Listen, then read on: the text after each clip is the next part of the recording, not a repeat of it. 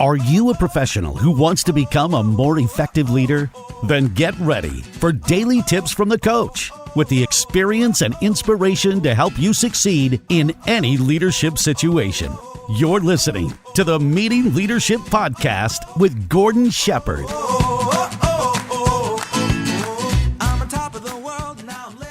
Welcome to another episode of the Meeting Leadership Podcast. My name is Gordon Shepherd, and I want to say thanks for being here. Thanks for being a leader who wants to get some tips and take action. Now, today on the show, we're covering part 2 of 10 ways for meeting leaders to become more self-aware. And this episode is based on the Get Real With Yourself checklist, and that's from my book called The Meeting Leadership Solution. And don't worry about taking notes, because you can actually get this checklist by going to meetingleadershipinc.com/32 checklist. That's meetingleadershipinc.com/32 checklist. Now, yesterday we covered items 1 to 5 from the checklist. So now let's move on to item number 6, which is this.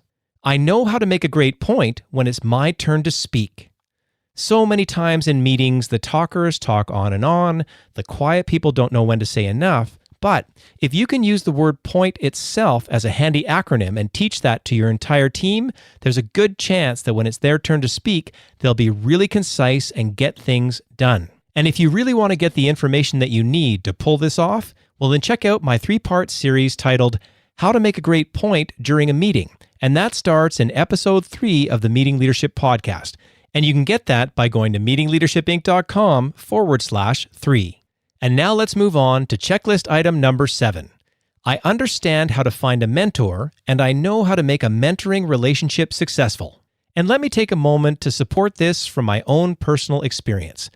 Now, I have a business mentor, and when we meet, it's a really intense time because we're very focused. He's looking for ways to help me support my business, and I'm there to listen to him. We're not talking about cat videos or our families or that kind of thing. We really are getting into being very specific, and he's being objective and I would say quite firm, like he's not taking any of my guff. So that mentoring relationship for me is super, super valuable, and I can definitely say that it's had a positive impact on my business overall. And another great resource for creating a successful mentoring relationship can be found at episode 9 on the Meeting Leadership Podcast. And it's titled, How a Meeting Mentor Can Improve Your Leadership Skills. And you can get that by going to meetingleadershipinc.com/9. And now let's move on to checklist item number 8, which is this. I will set aside the proper amount of time it will take to get to know myself better. Now, the big objection that I hear to this from so many senior leaders is, I don't have time. I'm too busy. I'm swamped. But think about it this way. What happens if you don't get to know yourself better? What if you're leading a meeting, you're unaware of your behaviors that are putting people off, and then you have to go unwind all the things that were bad outcomes from that meeting? I'm telling you, you have the time to get to know yourself. It will pay off in meetings. It will pay off in your personal life. It really is worthwhile. And after you start to get to know yourself better, then we get into checklist item number 9, which is this. I will celebrate progress as I gain self-awareness. So often in our busy day, we are just grinding, and we're just not taking a moment to step back, pat ourselves on the back, and be proud of what we've done. I can't say enough about authentically celebrating the small wins you make as you progress.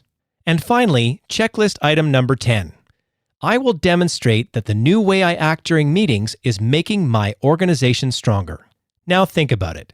You start to become more self-aware, you have a positive impact on your team, the meetings start to run at the highest possible level, your meetings are more productive, they become more profitable. That has a strong impact on the entire organization, and I guarantee you when that occurs, the impact on your customers and your community will be at the highest possible level. And with that inspiration in mind, let's take a moment to recap points 6 through 10 from the Get Real With Yourself checklist. Number 6, make a great point when it's your turn to speak. Number 7, find a mentor. Number 8, set aside the proper amount of time it takes to get to know yourself.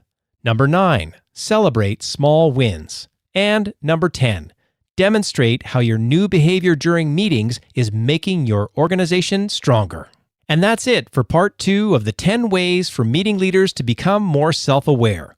Yesterday we covered part 1. If you'd like to get that episode, go to meetingleadershipinc.com/32. And of course, if you'd like to get a copy of the Get Real with Yourself 10-step checklist, you can get it in the show notes for this episode, or you can visit meetingleadershipinc.com/32 checklist.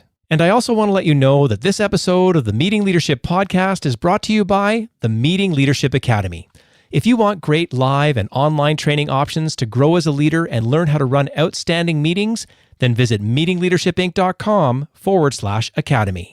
And as always, thanks so much for listening, and we'll see you tomorrow on the Meeting Leadership Podcast.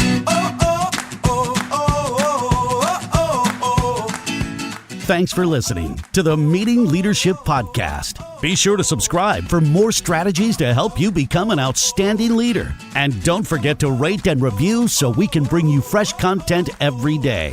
We'll see you tomorrow, right here on the Meeting Leadership Podcast. I'm on top of the world, now I'm living, and the good just gets better, keeps on giving, not even close to the